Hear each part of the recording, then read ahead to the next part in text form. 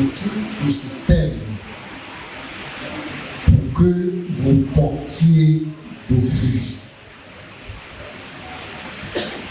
Le texte que nous allons prendre, c'est dans Jean chapitre 15.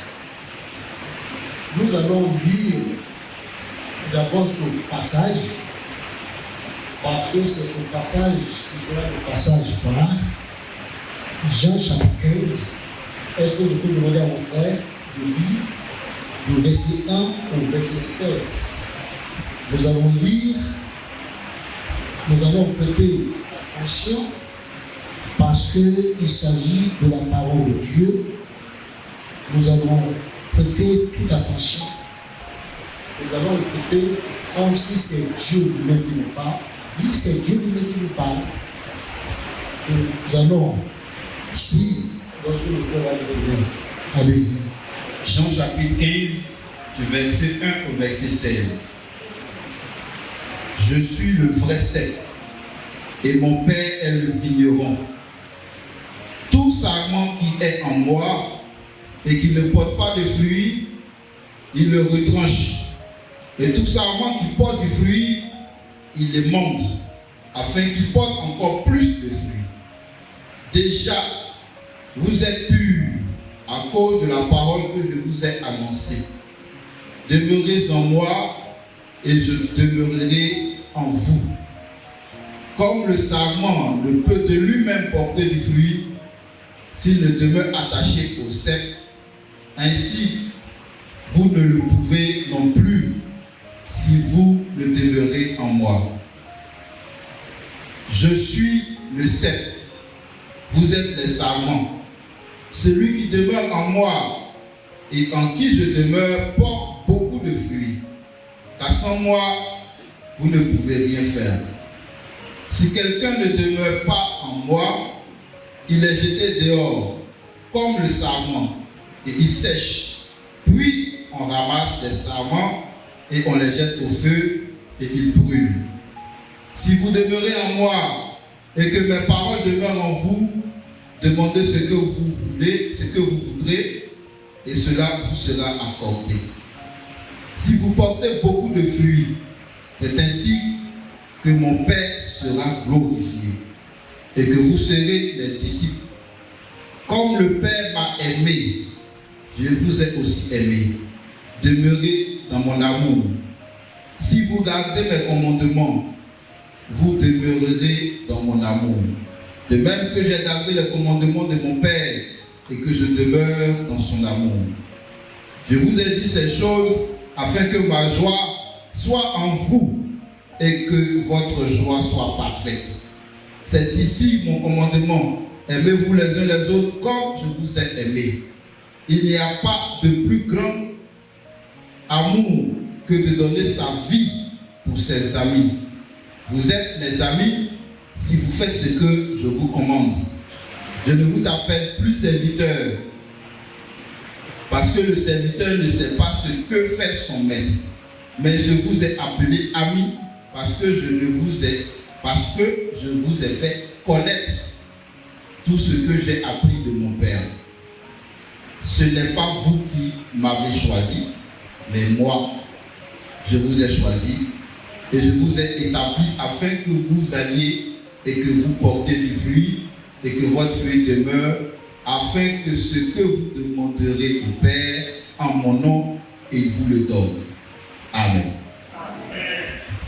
Alléluia. Amen.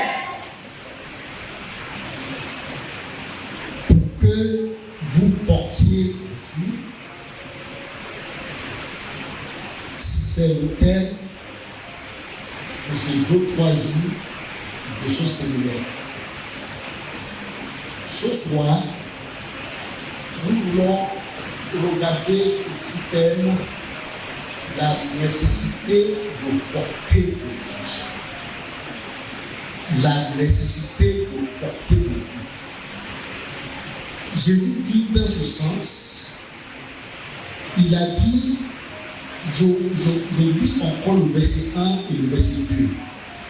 Je suis le vrai cep. et mon Père est le vigneron. Tout serment qui est en moi, qui ne porte pas de fruits, il le retranche.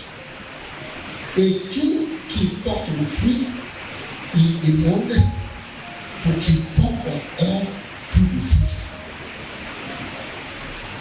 Jésus, il dit c'est lui qui est la vigne. Le chrétien, toi, tu es une branche. La branche qui ne porte pas de fruits, il gère d'une manière. Celle qui porte le fruit, il gère d'une autre manière. Pour Jésus, chaque chrétien est une branche en lui. En lui, quand tu sois chrétien sérieux, quand tu sois chrétien peu sérieux, quand tu sois chrétien qui n'est pas du tout sérieux, Jésus met tout le monde en deux catégories. Et quelles sont ces deux catégories? Ceux qui portent le fruit, ceux qui ne portent pas de fruit. Alléluia. Ceux qui portent le fruit, ceux qui ne portent pas de fruit. Que quelqu'un lise encore pour nous le verset 2. Parce que je veux que vous voyez que pour Jésus, il y a deux catégories. Ceux qui portent le fruit, ceux qui ne portent pas de fruit. Que quelqu'un lise pour nous le verset 2 encore.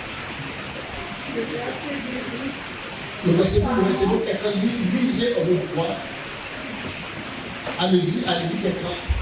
Tout serment qui est en moi et qui ne porte pas de fruit, il le retranche, et tout serment qui porte du fruit, il le montre afin qu'il porte encore plus de fruits. Merci. Quelqu'un d'autre.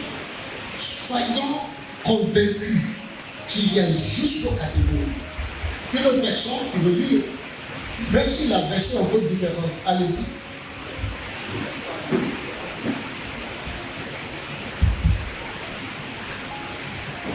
Il enlève toutes les branches qui ne donnent pas de fruits, et il taille toutes les branches qui donnent des fruits.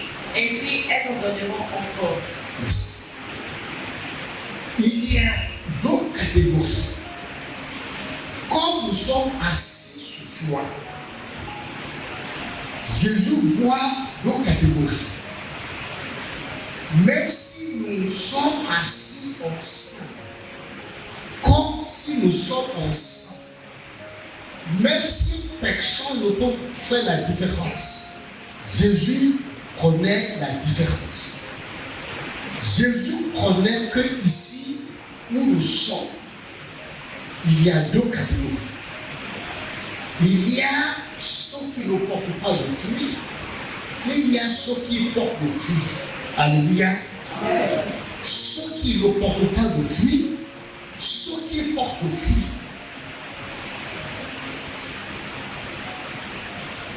Et il gère de manière différente. Comment est-ce qu'il gère ceux qui ne portent pas de fruits? Comment est-ce qu'il gère? Nous sommes ici pas pour prêcher, mais pour discuter. Comment est-ce qu'il gère? Qu'est-ce qu'il fait avec ceux qui ne portent pas de fruits? Selon son verset 2, oui. Il les retranche. Comment il les retranche pour aller les porter quelque part encore?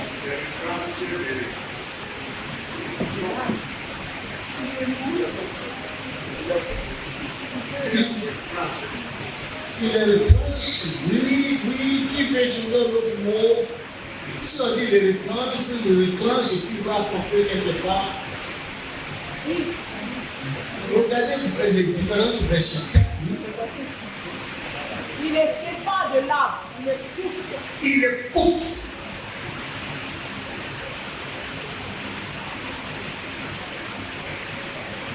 Pour ceux qui portent au fruit, qu'est-ce qu'il fait? Pardon? Il est bon. Le mot est bon là, c'est faux. Hein? Il est nettoie.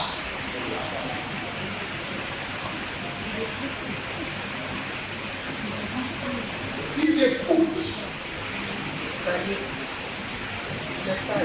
Hein? Ceux qui ne portent pas de fruit, il coupe. Il enlève, merci. Il enlève.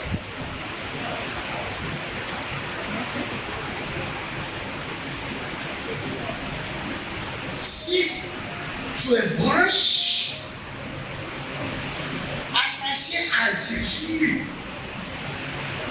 ah oui, je suis là, oui, il t'aime, il est même mort pour toi, il a fait couler son sang pour toi, ah oui, il t'aime. Mais ce Jésus dit, ah oui, je t'aime. Mais si tu ne portes pas nos fruits, qu'est-ce qu'il va faire? Hein?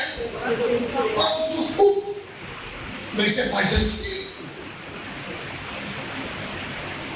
Ah oui, ce n'est pas gentil. Mais c'est la vérité. Et c'est pour mon appétit qui nous fait regarder ce texte ce soir. Nous parlons de la nécessité de porter fruit. C'est pour Jésus, c'est une affaire très grave, très sérieuse. Une affaire très sérieuse, une affaire très grave. Si tu ne portes pas de fruit, pour lui c'est très grave. Parce que pour lui, il faut que tu portes de fruit.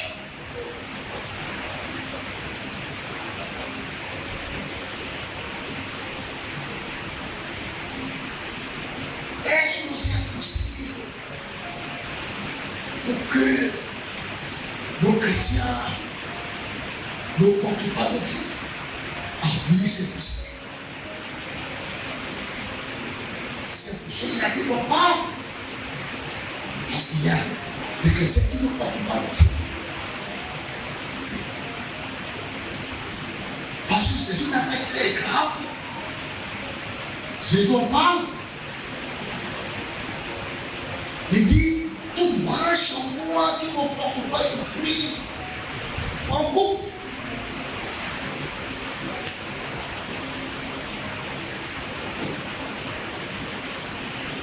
Quelque part plus tard, dans les versets,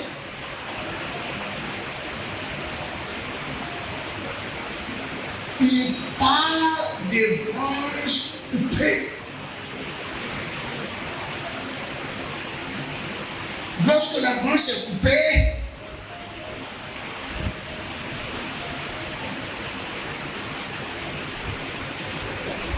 excusez-moi, au verset, il dit, au verset 6, si quelqu'un ne demeure pas moi, il est jeté dehors comme le saman et il sèche.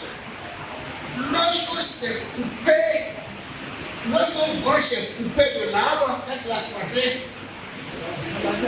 Qu'est-ce qui va se passer? Il va se jeter dehors et puis qu'est-ce qui va se passer? Il va sécher. Ça, c'est le processus de faire fardeau. Est-ce que vous savez que Dieu n'a pas fait fardeau? Il y a des choses que Dieu n'a pas créées. Chaque fois que tu vois un fardeau, Dieu ne l'a pas créé. Dieu l'a créé à.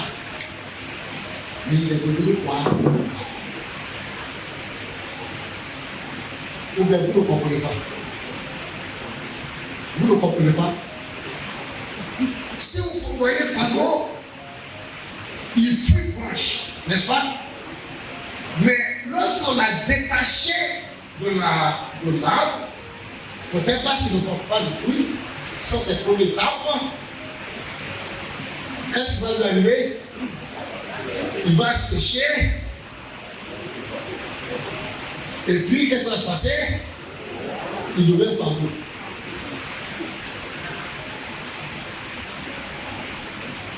Non, Dieu a créé branche.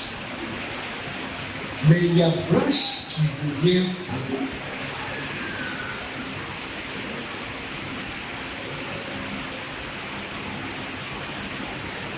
Nous parlons de l'importance de porter fruit.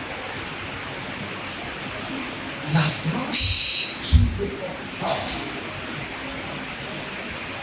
pour elle, le processus est déclenché qui devient fardeau.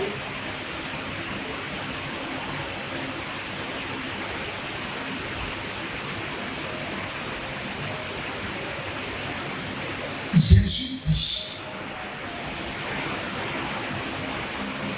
il faut porter du fruit. Et je te le dis souvent, il faut porter du fruit.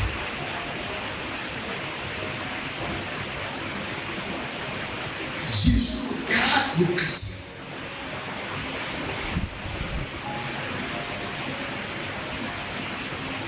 Ce n'est pas seulement pour que le chrétien aille au ciel. Il faut que le chrétien porte le fruit. Le chrétien qui ne porte pas le fruit, il risque même de ne pas arriver au ciel.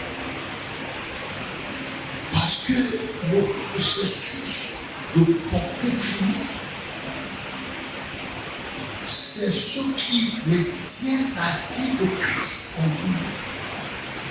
Ce qui fait que le chrétien ne porte pas de fruit, témoin, ça montre que la vie de Christ n'est pas en nous.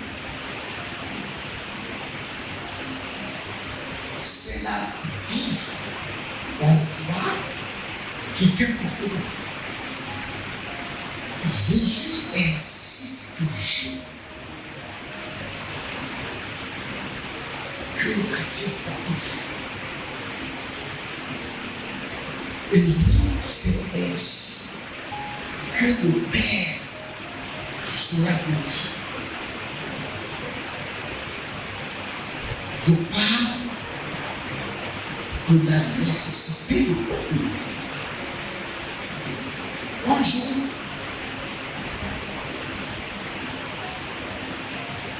Jésus marchait. Il avait faim. Et il a vu un figuier.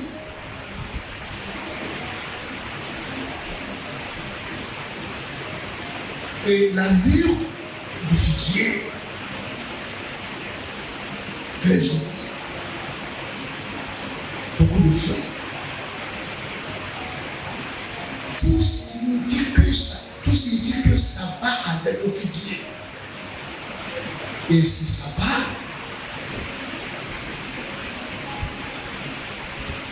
c'est qu'il y aura du fruit. En regardant le figuier, Jésus, regardons Marc.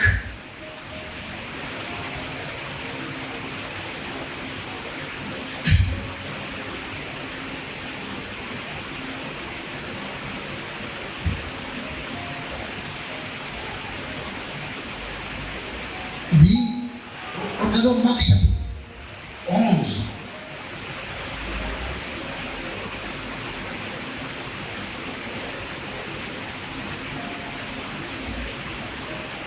Le verset 13. Que quelqu'un lise Marc 11, 13.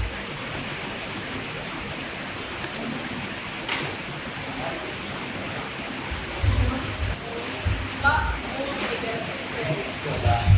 Apercevant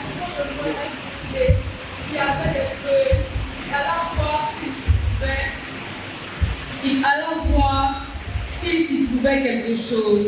Et s'étant approché, il ne trouva que des feuilles, car ce n'était pas la saison des figues. Prenant alors la parole, il lui dit, que jamais personne ne mange de ton fruit. Et ses disciples l'entendirent. Ça va. Jésus a maudit ce figuier. Pourquoi l'a-t-il maudit? Pourquoi? C'était pour quelle raison? Pourquoi? Oui, pourquoi? Pourquoi? Mais est-ce que vous savez que ce n'était pas la faute du figuier? Si le figuier prend un bon avocat, il va gagner le procès, n'est-ce pas? Même David dit que ce n'était pas la saison du portefeuille.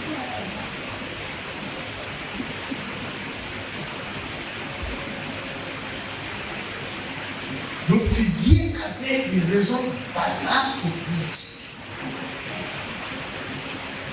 pour ne pas avoir de fruit. Mais Jésus voulait du fruit.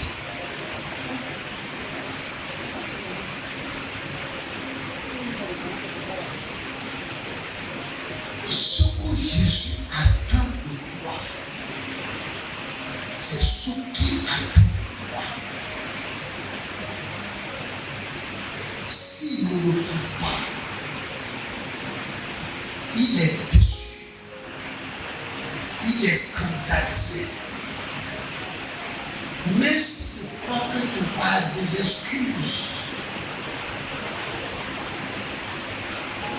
parce que c'est très facile d'avoir des excuses, c'est très facile d'avoir des justifications.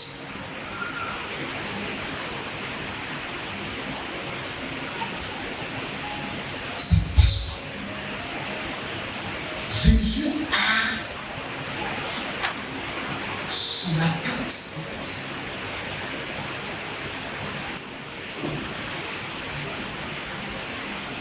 Il y a quelqu'un qui m'a dit, oui, moi je ne porte pas de fruit parce que porter fruit n'est pas dans la confession doctrinale de notre Église. Jésus m'a dit,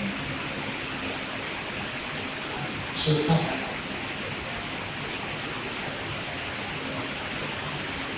Quelqu'un m'a dit, mais moi je ne le sais pas, ce n'est pas vrai.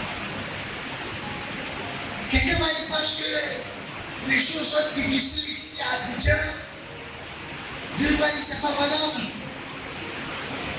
Quelqu'un m'a dit, j'ai fait mon mieux. Jésus m'a dit, c'est pas valable. Ah oui, le figuier là a fait son mieux. Il a beaucoup de fruits. Ça, c'est bon, non? Si Jésus avait besoin de l'ombre, ah oui, il aurait été satisfait du figuier. Si ce qu'il cherchait, c'est de l'ombre, mais malheureusement pour le figuier, Jésus ne cherchait pas l'ombre. Qu'est-ce qu'il cherchait? Il cherchait fruit. Le figuier avait quelque chose, mais ce qu'il avait, ce n'est pas ce que Jésus cherchait. Ce que Jésus cherchait, lui ne l'avait pas. C'était pour cela qu'il a été maudit. Jésus a son attente. En réalité, la grande leçon de cet événement du figuier maudit, c'est pour nous dire qu'il n'y a pas d'excuse. Il n'y a pas d'excuse pour le chrétien de ne pas porter fruit. Il n'y a pas d'excuse. Le figuier avait des feuilles.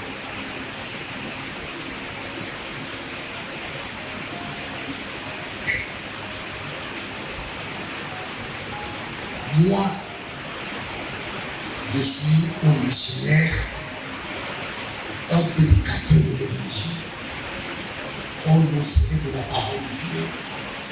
Mais parfois, c'est possible.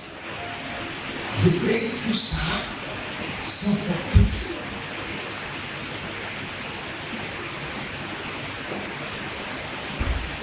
Et si je ne porte pas de fruit, je suis missionnaire, je suis pasteur.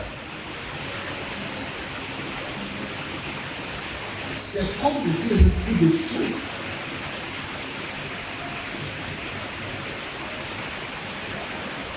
Fruit est très joli. Mais elle ne sert de rien.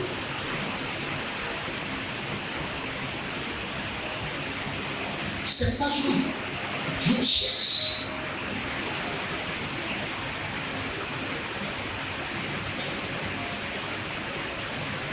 C'est impossible d'être dans l'église, d'avoir des titres de responsabilité, prédicateur, conducteur, sans porter fruit. Demain, on va bien regarder les cas. C'est comme avoir des fruits sans fruits. Ces choses, être missionnaire, être pasteur, être conducteur, être prédicateur, bonnes choses jolies, mais ils ne sont que des fruits. Oh Dieu, vous cherche. Qu'est-ce qu'il cherche? Oui.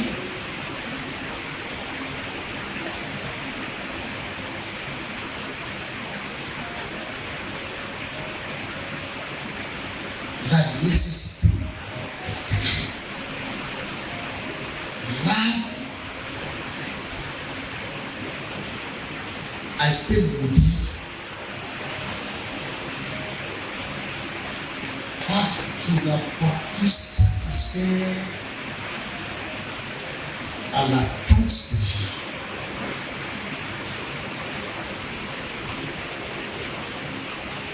L'attente de Jésus, c'est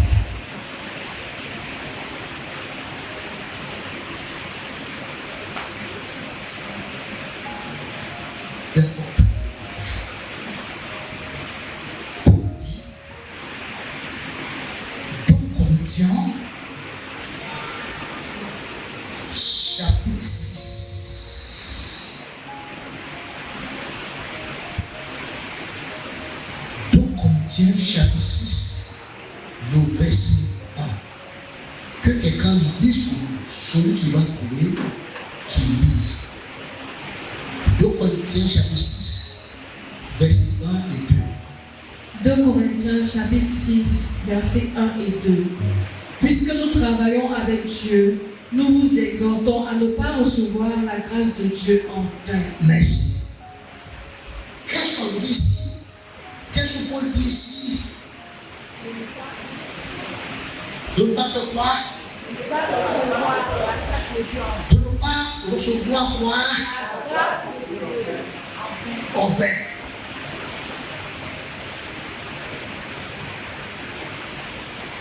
Est-ce que c'est possible de recevoir la grâce de Dieu en vain ou bien ce n'est pas possible? Est-ce que c'est possible de recevoir la grâce de Dieu en vain?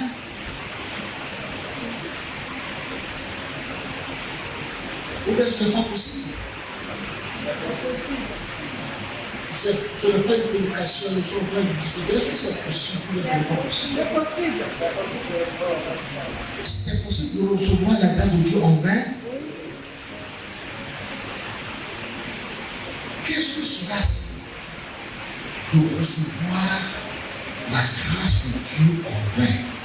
Ça signifie quoi? Ça signifie quoi?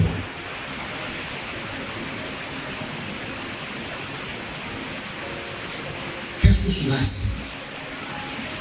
Recevoir la grâce de Dieu en vain. Au bien poser oui.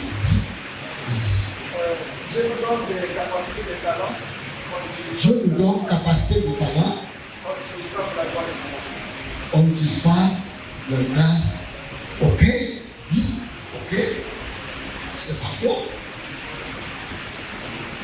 Nous souvent la grâce de Dieu, allez-y.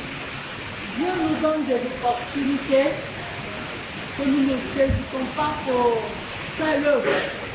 Dieu nous donne des opportunités que nous ne saisissons pas pour faire son œuvre. Oui, oui, c'est tout dans le sens de ce qu'on va dire, mais c'est dans un sens, mais il y a un sens plus profond dans mon cas. Est-ce que la grâce de Dieu, voyez, vous parlez dans le sens de ne pas pouvoir exploiter la grâce. Mais est-ce que si on nous donne la grâce devait accomplir quelque chose, non? Est-ce que c'est possible que tu reçois la grâce et la grâce là n'arrive pas à faire quelque chose dans ta vie? Est-ce que c'est possible? Hein? Oh. Est-ce qu'on peut me dire ce que la grâce doit faire dans la vie d'une personne? Qu'est-ce que la grâce doit faire? Qui sait ce que la grâce doit faire?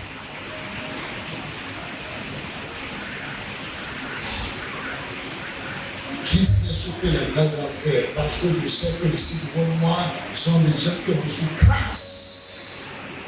Mais qu'est-ce que la grâce doit faire? Qu'est-ce que la grâce doit faire? Oui. La grâce, c'est plutôt en fait la parole du conseil, on nous enseigne à renoncer par exemple à l'épidémie. Oui, la grâce nous enseigne à renoncer à l'épidémie. Qu'est-ce que la grâce doit faire? Qu'est-ce que la grâce fait? La grâce, voyez,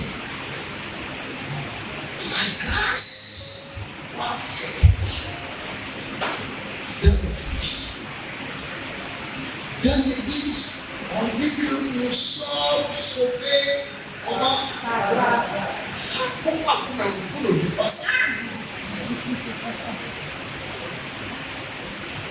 Grâce, c'est grâce à la grâce que nous sommes sauvés, non? La grâce sauve. Si Dieu t'envoie grâce, c'est pour nous sauver, n'est-ce pas? Est-ce que c'est possible pour nous recevoir grâce et la personne n'est pas sauvée? Ok. Lisons le verset auquel notre frère se réfère. Ça, c'est Tite, chapitre 2, le verset 11. Qui va lire pour nous? Tite 2, 11. Tite 2, 11. Vous pouvez lire ça le micro et puis après on va prendre le micro. Celui qui pourra lire pour nous, lisez comme quelqu'un qui a reçu grâce.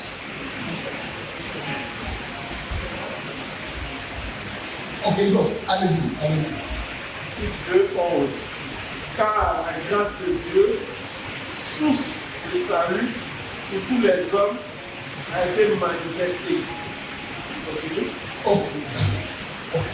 La grâce, qu'est-ce qu'elle est selon le passage là? Source de salut. C'est-à-dire que lorsque la grâce se manifeste quelque part, c'est pour apporter quoi? Lorsque on se met ici, on commence à parler de la grâce, on prêche la grâce, on parle de la grâce, c'est pour apporter quoi? Est-ce que c'est ça?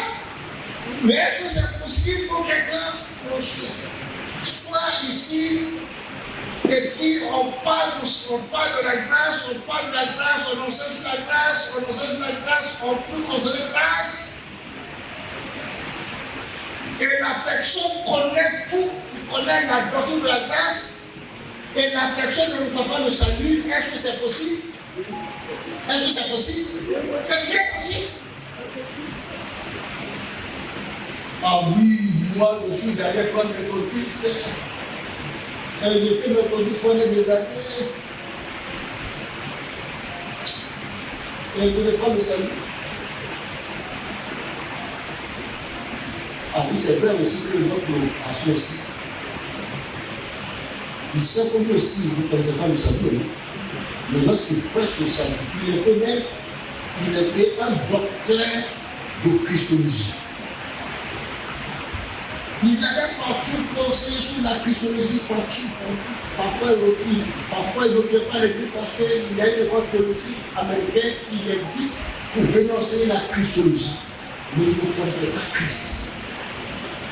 Mais il était spécialiste en Christologie.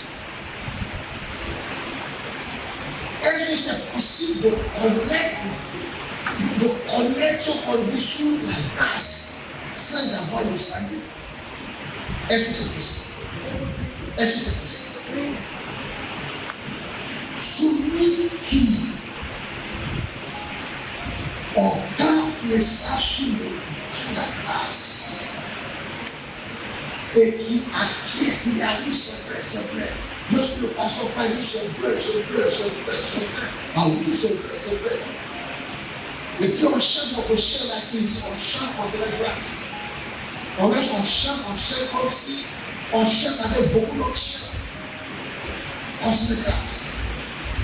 Mais on n'a pas salué. Qu'est-ce que ça signifie? On a reçu la loi de Dieu comment?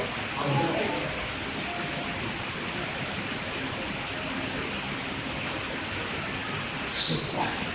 C'est qu'une grâce n'a pas porté feu dans ta vie.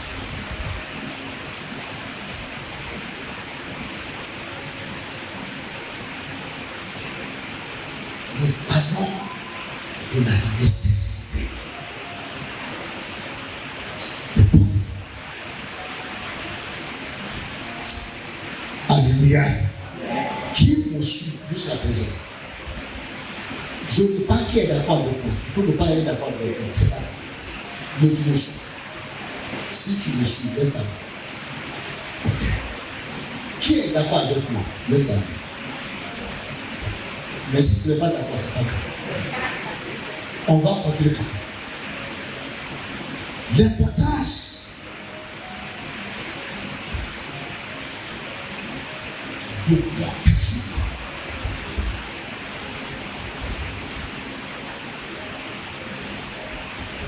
Grâce. Tout ce qu'on fait à l'église doit porter feu.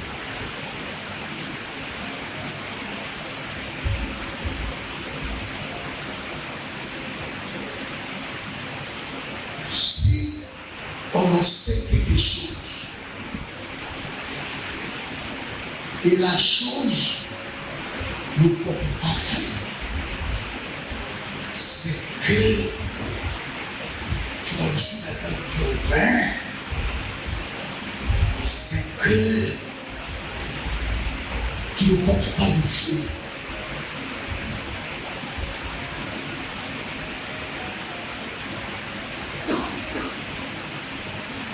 Donc chaque fois où nous sommes à l'église et le pasteur ou le prédicateur prêche,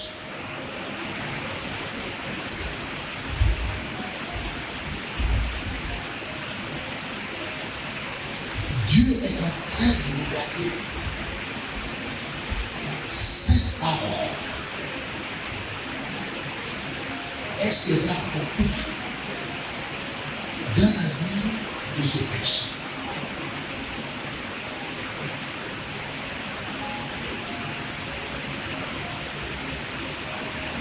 Parfois, ce que la personne s'apporte. Chaque personne s'apporte pas feu. Mais il faut qu'on s'apporte feu. Lisez le verset 12, si tu veux 12 choses. Parce que la grâce, ce n'est pas seulement qui nous apporte le salut. La Bible dit que la grâce nous enseigne des péchés.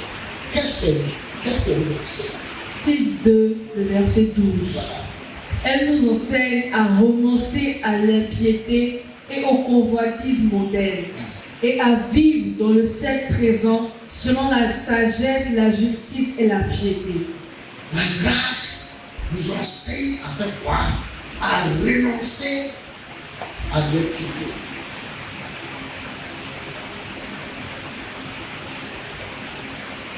Et si moi, le chrétien, qui est reçu grâce, la grâce m'a enseigné à renoncer à l'impiété. Si moi, malgré ce que la grâce sait, je refuse de renoncer à l'impiété, c'est que j'ai reçu la grâce de Dieu en vain. Et c'est que je ne porte pas le fruit.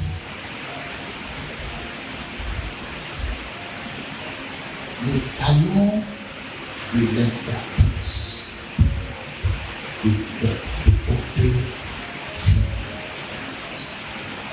Alléluia. Donc, c'est dans ce sens que le Seigneur Jésus-Christ, par Jean chapitre 15, lorsqu'il dit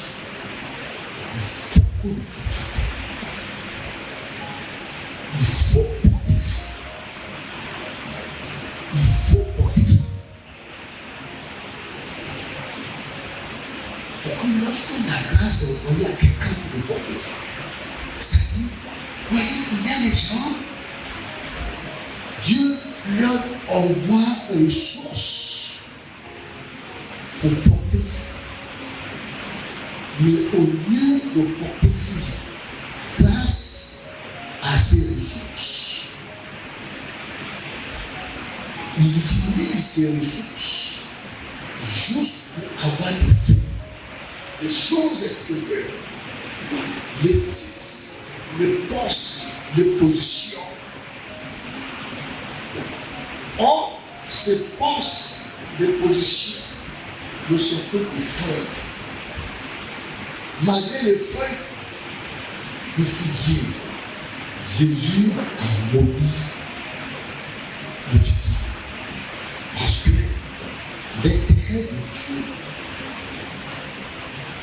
n'était pas le figuier, elle n'était pas le figuier. L'intérêt de Dieu, c'était le fruit. Il a tellement insisté qu'il faut porter du fruit.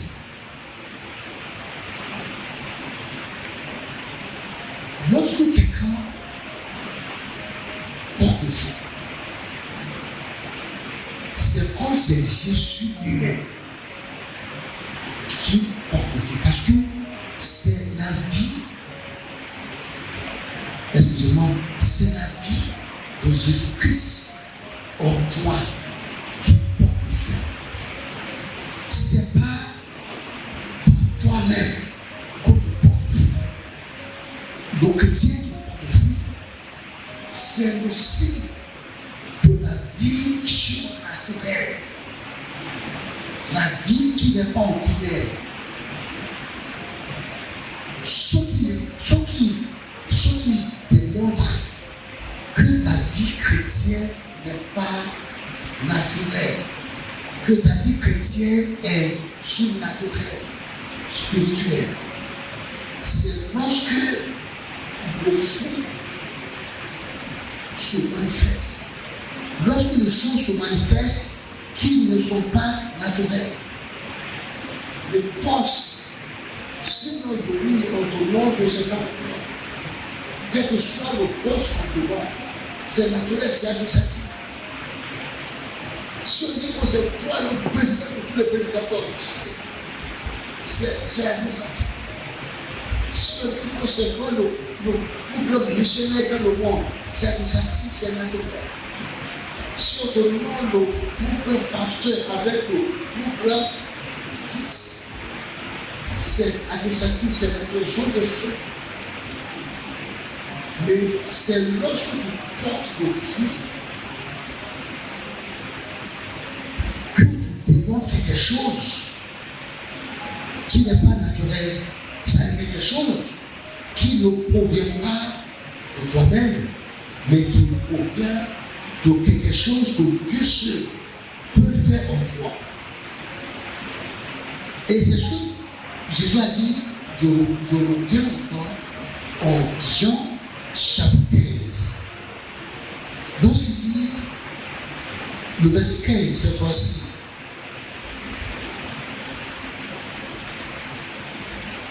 le verset 16, voilà, il dit, ce n'est pas vous qui m'avez choisi, mais moi,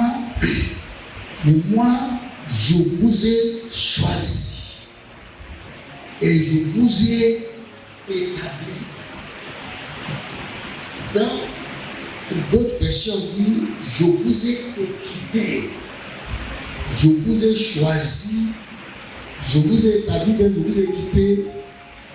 Pour quelle raison? Afin que vous alliez et que vous portiez du fruit. La raison pour laquelle Jésus t'a choisi, la raison pour laquelle Jésus t'a équipé, il t'équipe comment? Lorsqu'il fait que le pasteur prêche, ce qu'il prêche, lorsqu'il fait qu'on organise ce séminaire, c'est pour t'équiper. Le thème de message, c'est pour t'équiper. Tout ce qu'on fait à l'église, c'est pour t'équiper. Donc Jésus dit, c'est moi qui vous ai choisi, aussi qui vous ai équipé. C'est comme je suis en train de vous donner des ressources pour que par ces ressources, que vous puissiez porter le fruit. Tout ce que Dieu fait pour vous bénir, c'est pour que vous portiez le fruit. C'est pour que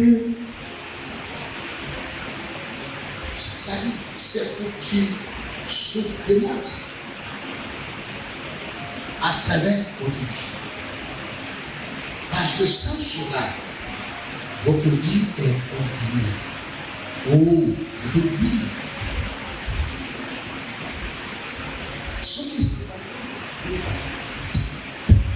qui scandalisent vos amis, c'est lorsque beaucoup de fois, vos amis qui ne sont pas chrétiens, ils ne voient pas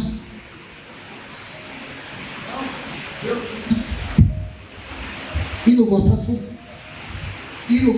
de différence entre leur vie et votre vie. C'est la même chose. Ils ne voient rien de surnaturel. Ils ne voient rien de spécial. Ce qui les provoque à la colère, vous provoque aussi à la colère. Les choses qui vous font réagir méchamment sont les choses qui les font réagir aussi méchamment.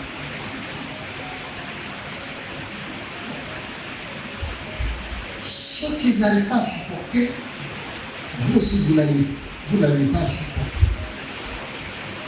Il n'y a pas de différence. Parfois même,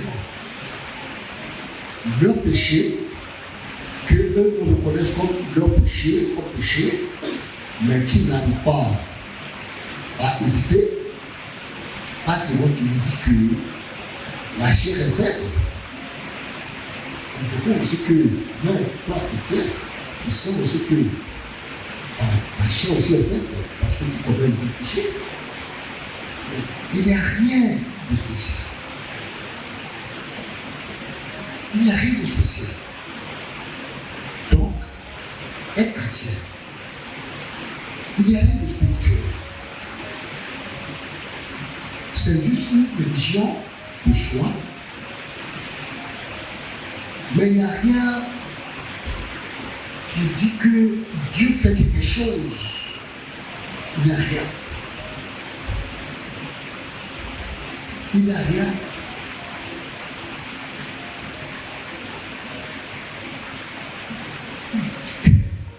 Lui sait que Dieu est loin de lui. Le monde au Ghana, il sait que Dieu n'est pas trop proche à toi, il est à toi.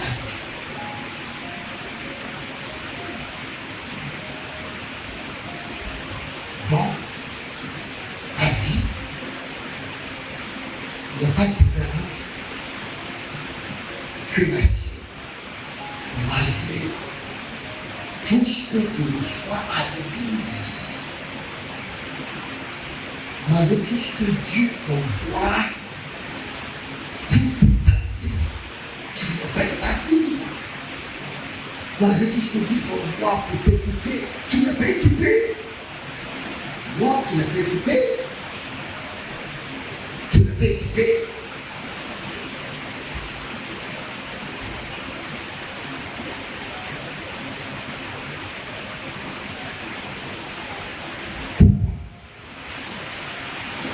Il n'y a pas de feu en toi. Je commence à expliquer ce que c'est fait. Il ne voit rien en toi. Est-ce que vous savez que ceux qui confient que ce cas en quartier, c'est lorsqu'on voit un avocat, n'est-ce pas? Le fruit confie là, n'est-ce pas? Si on est-ce que c'est un obligé, est-ce que c'est un avocatier? Surtout les arbres qui se ressemblent, le fruit va confiner. Le fruit va trancher ce qu'il veut.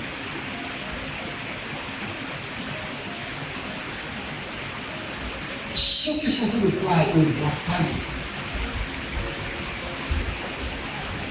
Or, c'est le fruit qui doit faire la différence. Il ne voit pas ça. Donc, il n'y a pas de différence. Ah oui, quelque part, c'est pour ça que je dis. Toute branche en moi qui porte des fruits, on va l'élever, on va la traiter davantage. On va nettoyer toute branche qui ne porte pas de fruits. On va, qu'est-ce qu'on va faire? On va la couper. Nous sommes deux bases.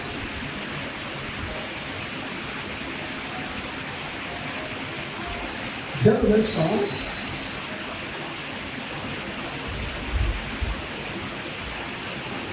parce que nous parlons de la nécessité de porter le fruit. Jésus a raconté par rapport à un fruitier qui a été porté pour donner le fruit. On est venu chercher, première année, pas de fruit. Deuxième année, pas de fruit. Troisième année, pas de fruit. Donc, monsieur, celui qui dépense l'argent, qui fait investissement, il commence à la vie. Est-ce que ce n'est pas un mauvais investissement? Qui sait ce que c'est un mauvais investissement? Quel? Il faut faire un investissement et puis tu commences à dire, est-ce que cela n'est pas un mauvais investissement? Il faut faire un mauvais investissement. Tu fais un mauvais investissement, tu commences à dire, tu es tenté, est-ce que je ne vais pas continuer à investir? Ou bien, je dois dire, ce que je me fais là, c'est bon, j'ai perdu. Je ne peux plus continuer à agiter, récupérer. Parce que si je dis que je vais récupérer là, je risque de perdre la vie. Qui n'a jamais fait ce genre d'investissement et puis tu as dit, c'est bon comme ça. Ce que je dis peut-être là, c'est perdu, c'est perdu. Si je ne veux pas augmenter ma perte, c'est mieux que je laisse tomber. Qui a jamais fait ça? Ce aussi est arrivé à ce stade. Il dit c'est bon comme ça. Pourquoi on dit la terre? Il dit non. Ce sont ces mots. Pourquoi on dit la terre? Il dit la terre calcule. Ça coupe la terre. Or, la terre c'est argent. On peut mettre une chose qui va rapporter. Deuxièmement, ça tire des ressources du sol pour faire concurrence à d'autres qui donnent. S'il n'y a pas là, d'autres vont mieux donner. Deuxièmement, on va lui donner de l'eau à boire. Et puis le monsieur, il y a des gens qui non, encore les choses encore. On va à encore d'investissement. On va attendre encore un an. Si ça donne, voilà dire, mais si ça ne donne pas, on va passer comme un mauvais investissement. Dieu, je ne serai pas mauvais investissement pour toi. Est-ce que tu ne vas pas faire cette prière? Ouvre ta bouche, fais cette prière.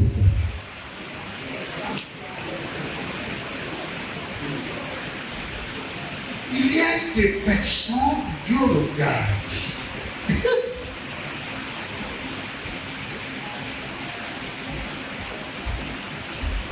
Il dit, est-ce que ce n'est pas mauvais investissement?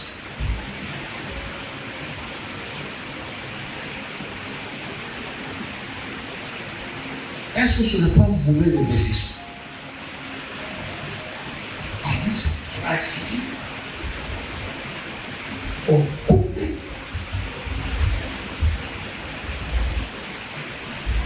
Ça fait mal. Un monsieur qui a acheté une voiture, 2 millions de taxes. Et puis il a découvert que c'est un mauvais investissement. Il regarde ces 2 millions, il dit non, je ne veux pas laisser partir. Il doit alter. Le chauffeur me dit non, non, patron, si on met 300 000, s'il faut 300 000, ça va récupérer. Donc il lui dit, ok, si on met 300 000, regardez, il a mis 300 000. Il a mis 300 000. Ah, ça va donc 1 million 300 000. Ça n'a pas été. On dit non, patron, cette fois-ci 400 000. Ah, il y a 400 000 euros. Donc, monsieur dit, est-ce qu'il dit les 500 millions, 2 millions 300 000 partis? Pourquoi il dit encore 400 000 pour récupérer? C'est toujours le dilemme d'un mauvais investissement. Parfois, ce n'est pas aussi facile pour ça. Parfois, c'est 50 000, 50 000, 50 000, 50 000. Et tu fais un calcul là, 50 000 devient 400 000, 500 000. Parce que c'est plus 50 quand on dit, comment te dire le mettre, tu dois convaincre, pour récupérer 2 millions. Mais Dieu va dire, est-ce que ce n'est pas le bête investissement? Il a dit, pourquoi on critique la terre? Il dit, Père, je ne veux pas occuper la terre.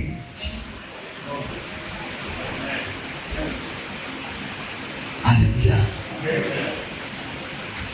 Fais la prière. Seigneur, je ne veux pas occuper la terre. Je ne veux pas occuper la terre. Pardonne-moi, pardonne-moi. Si jusqu'à présent, j'occupe la terre, si jusqu'à présent, je suis mauvaise décision. Pardonne-moi. Ce soir, je vois combien c'est grave. Ce soir, je vois le danger. Je vois le danger. Père, aie pitié de moi. Pardonne-moi. Pardonne-moi. Je vois le danger. Je vois le danger. Je vois la méchanceté de mon cœur. Au nom de Jésus. Amen.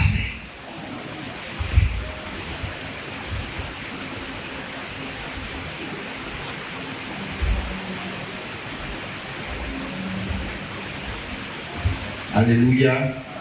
Gloire à Dieu. Est-ce qu'on peut acclamer le Seigneur pour le message de ce soir? Alors, avant que nous ne passions à un petit temps de prière, on va vous laisser la parole. S'il y a quelques questions, nous allons les prendre rapidement. Quand je dis merci à l'orateur, ma question est la suivante. Qu'est-ce que porter du fruit? Qu'est-ce que porter du fruit? On a dit la nécessité de porter du fruit. Mais qu'est-ce que porter du fruit? On a dit dans le passage que toute branche qui ne porte pas de fruit sera coupée. Et savoir jusqu'à quel niveau est-ce qu'il y a un temps pour la branche de pouvoir se racheter, ou bien est-ce qu'il y a un degré où la branche arrive et qu'il est quel est, je veux dire, voilà, j'ai eu un problème, donc quel est ce degré-là? Est-ce qu'il y en a un? Ou dès qu'il ne porte pas de fruit, alors il est donc automatiquement éjecté. Que faire pour porter du fruit? Et comment pouvons-nous savoir que nous portons du fruit? Donc, si déjà tu peux crier à l'Éternel, c'est que la porte est ouverte. Donc, ne pense pas que c'est trop tard. Lorsque c'est trop tard, toi, tu vas pouvoir crier à l'Éternel. Le fait même que tu es ici de chercher sa face, ce n'est pas trop tard. Est-ce que donc, parce que ce n'est pas les hommes qui gèrent, c'est Jésus lui qui gère. Donc, ce n'est pas trop tard. Hein? Si ce sont les hommes qui gèrent, il y a longtemps, ils te sont coupés. Hein? Donc, c'est Jésus qui gère. Alléluia. On lui faisait savoir que Jésus-Christ, là, il est mort pour toi, mets ta confiance en lui. Donc, ce qui va aider, c'est lorsqu'il voit le fait de ce Jésus, le vrai papier. Est-ce que tu vois? S'il voit le fait de ce Jésus, le vrai papier, c'est comme ça lui fait savoir qu'il y a quelque chose que tu lui dis. Donc, il suffit seulement de lui dire, c'est pour Dieu de pourquoi. Donc, c'est lui le sacrifice qu'il doit faire pour sauver la vie. Aussi simple que ça. Si il voit ça dans ta vie, et si le Saint-Esprit le touche, il va accepter. S'il va accepter même pas, tu dois déjà prêcher l'évangile, le bien sauver dans son cœur. Et quand tu dois pouvoir le prêcher, un jour, il va accepter.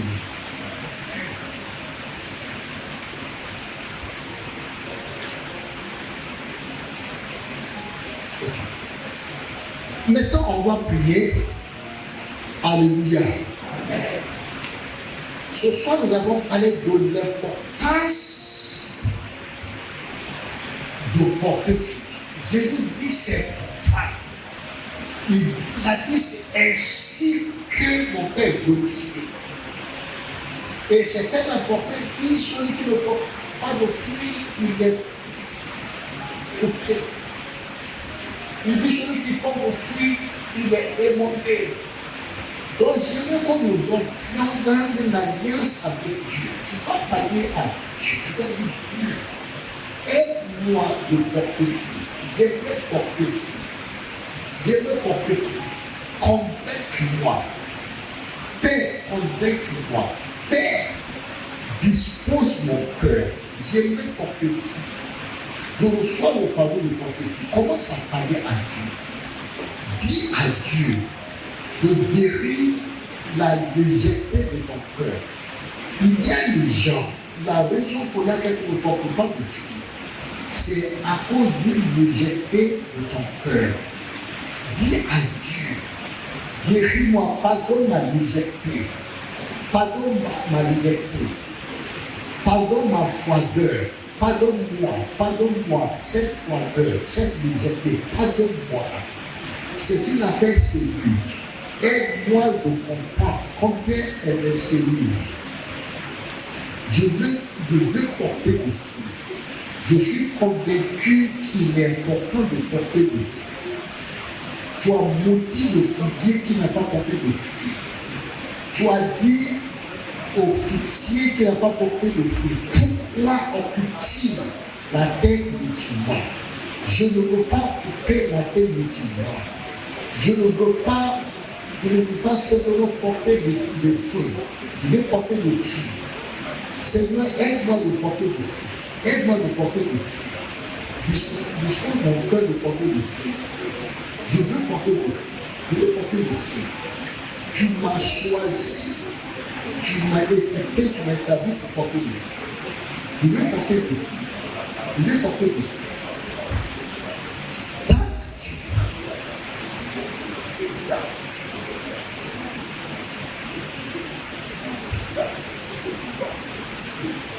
Dieu, crée en moi un cœur pur. Oh Dieu, crée en moi un cœur pur. Oh, crée en moi un esprit bien disposé. Oh Dieu, crée en moi un cœur pur. Oh nouvelle en moi un esprit bien disposé. Oh Dieu, crée en moi